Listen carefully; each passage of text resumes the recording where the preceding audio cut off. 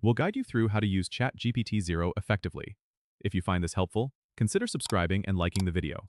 First, go to the ChatGPT Zero website on your desktop browser. Once you're there, you'll see a login button at the top right corner. Click on it and enter your credentials to sign in. If you don't have an account yet, you can quickly create one by clicking on the Sign Up option and following the instructions to set up your profile.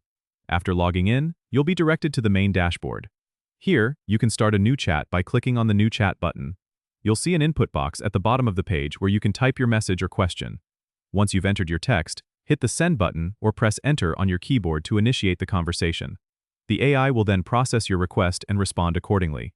If you need to refine the AI's response, you can use the Regenerate button to get alternative replies.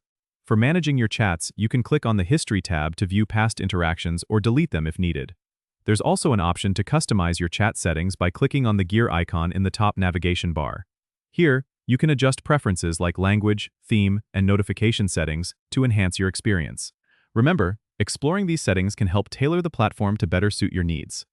Don't forget to subscribe and comment if this helped you out.